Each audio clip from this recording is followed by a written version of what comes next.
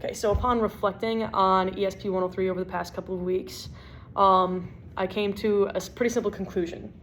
Ever since I was little, I've been very into magic. I've always liked kind of like throwing people off and like confusing people, I guess. But I think that magic and ESP are very similar. For magic and in this class to like be a successful entrepreneur, you gotta check the 5 boxes. You gotta be curious, confident, resilient, collaborative, and creative.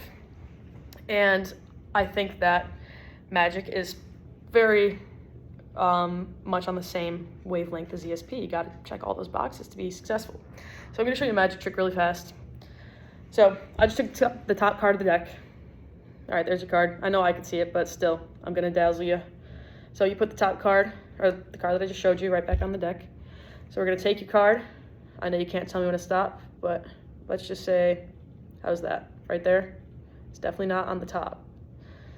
Snap your fingers. Boom. But yeah, I think that one of the key takeaways from ESP was that you can't take everything for what is on the surface. Similar to magic, if you were just examine a magic trick, just like see what's going on, you would be really confused and it wouldn't really lead anywhere. You'd just be kind of like stuck. I feel like in entrepreneurship and in like the process of being creative, if you were to take stuff at surface level, you wouldn't really get anywhere. You just kind of be set on what you've observed or like what you come up with in the first place. So I also wrote down that there's always a way to like dig deeper, like with mind maps and all that stuff, and like the locust flower.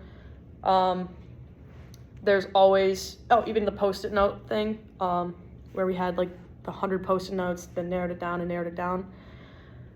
There's always like, I don't know, you just have to use your imagination. I think magic is a very imaginative hobby, and it's helped exercise my creativity, just like ESP has. You got to think of different ways you could do certain things, different ways you could think, different ways you can make other people think. Yeah, I think they're very similar. So just to summarize, being curious relates to, like, I'm just going to summarize how all this stuff relates to magic and the course. So in magic, you got to be curious. You got to wonder how things happen. I think that's a very important thing in real life too. Even in ESP, you got to want to find out how things work, and how you can make things work. You know what I mean? You got to be confident. I feel like to perform a magic trick, you got to be pretty confident. You got to know what you're doing, and you got to like talk well. And yeah, if you weren't confident, people wouldn't be entertained, and you wouldn't be successful at the magic trick. I think that's important in real life too. You got to be confident to be successful. You got to know what you can do and pursue that. Next, be resilient. That was one of the easier card tricks, but I know other card tricks that are pretty hard, and I've had to practice them a lot. But yeah, practice makes perfect. You got to push, like always push. I know practicing a magic trick doesn't seem like that much of like an adverse, like it's not very challenging, I guess, on the surface. But like continuing to practice and get better is very important. I think that relates to ESP too. You got to be resilient. You got to keep striving to like reach even better levels. And then be collaborative. You got to interact with other people. What is a magic trick if you can't show it to other people? You'd just be moving cards around the deck. And in ESP, you got to work with other people. Five heads are better than one. You could definitely bounce off the ideas of other people.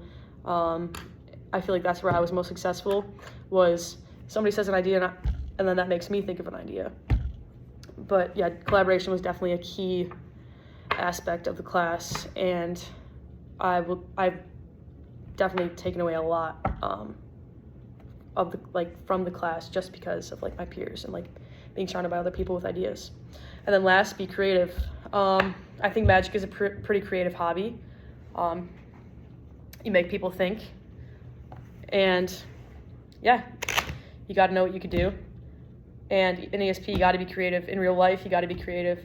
You can't always live life in black and white. You can't always think in black and white. You got to include other things in life into like what you're doing. I don't know if that really made sense there, but yeah, you just got to use your brain, use every part of your brain, not just the left or right side. Yeah, that's how I think that ESP relates to a magic trick. Yes, thank you.